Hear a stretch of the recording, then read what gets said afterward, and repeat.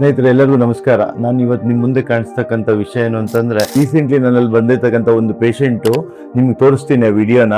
ಅದ್ರಲ್ಲಿ ಏನಾಗ್ಬಿಟ್ಟಿದೆ ಅಂತಂದ್ರೆ, ಒಂದು ಪಾರ್ಕ್ಡ್ ವೆಹಿಕಲ್ಗೆ ಟ್ರಕ್ಗೆ ಒಬ್ಬರು ಹಿಂದಿಂದ ಗುದ್ದಿದ್ದಾರೆ. ಸೊ ಅದೇನಾಗಿದೆ, ಪಾರ್ಕ್ಡ್ ವೆಹಿಕಲ್ ಲೈಟ್ಸ್ ಇಲ್ಲ, ಅರ್ಲಿ ಮಾರ್ನಿಂಗ್ ನನ್ ಕಾಣಿಸ್ತಾ ಇಲ್ಲ. ಪಾಪ ಇವನ ಒಬ್ಬ ಜೀವನ್ ಮರಣದೊಂದಿಗೆ ಒದ್ದಾಡ್ತಾ ಇದ್ದಾನೆ. ಇವಾಗ ಏನಕ್ಕೆ, ಒಬ್ಬ ಮಿಸ್ಟೇಕ್ ಇಂದ ನಾವು ಮುಂಜಾನೆ 4 ರಿಂದ 7 ಗಂಟೆ ಒಳಗಡೆ ನಮ್ಮಲ್ಲಿ ಸ್ವಲ್ಪ ಮೈಕ್ರೋ ಸ್ಲೀಪ್ ಸೈಕಲ್ಸ್ ಬರ್ತಾವ. ಅಂದ್ರೆ ಒಂದು 10 ಸೆಕೆಂಡ್ಸ್ ಅಷ್ಟೇ ನಿದ್ದೆಗೆ ಜಾರ್ತೀವಿ ನಾವು ಯೂಶಲಿ. ಅಷ್ಟು ಡಿಸ್ಟೆನ್ಸ್ ನಾವು ಬ್ಲೈಂಡ್ ಆಗಿ ಡ್ರೈವ್ ಮಾಡ್ದಂಗೆ. ಸೊ ಈ ಸ್ಲೀಪ್ ಸೈಕಲ್ಸ್ ಆಗೋದ್ರಿಂದ ಆಕ್ಸಿಡೆಂಟ್ಸ್ ಹೈಯೆಸ್ಟ್ ಆಗ್ತವೆ.